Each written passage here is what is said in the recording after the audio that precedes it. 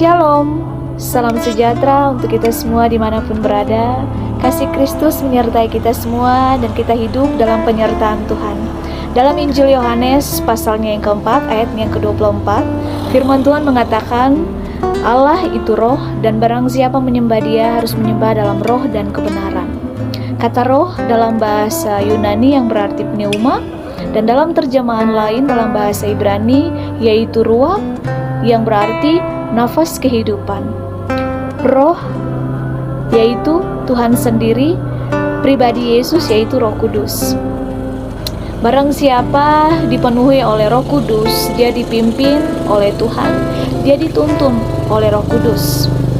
Dan ketika seseorang itu dipenuhi oleh Roh Kudus, hidupnya akan menghasilkan kualitas-kualitas kehidupan yang sesuai dengan kebenaran firman Tuhan, di mana kualitas-kualitas kehidupan itu tidak dibangun secara 1 hari 2 hari, tapi berproses. Dan dalam kepenuhan Roh Kudus, seseorang itu akan menghasilkan buah-buah roh, yaitu kasih, sukacita, damai sejahtera, kebaikan, kemurahan, kesetiaan, kelemah lembutan, dan penguasaan diri. Ketika seseorang dipimpin oleh Roh Allah, Roh Kudus, dia harus menyerahkan hidupnya sepenuhnya untuk dituntun oleh Tuhan. Dia harus menyerahkan hidupnya untuk mau hidup dalam kekudusan, hidup dalam kebenaran. Ada beberapa peranan penting Roh Kudus dalam kehidupan orang percaya. Yang pertama, Roh Kudus sebagai penolong, Roh Kudus sebagai penghibur, Roh Kudus menginsafkan kita dari dosa, bahkan Roh Kudus mengerjakan pembaharuan dalam kehidupan kita.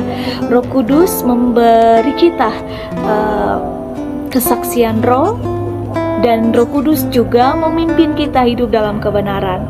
Roh Kudus menolong kita untuk kita bisa berdoa. Roh Kudus menjadi materai bagi jaminan bagi orang percaya, dan Roh Kudus memberikan kepada kita untuk kita menjadi saksi Kristus. Roh Kudus juga memberikan kita kemerdekaan, dan Roh Kudus memberikan kita karunia.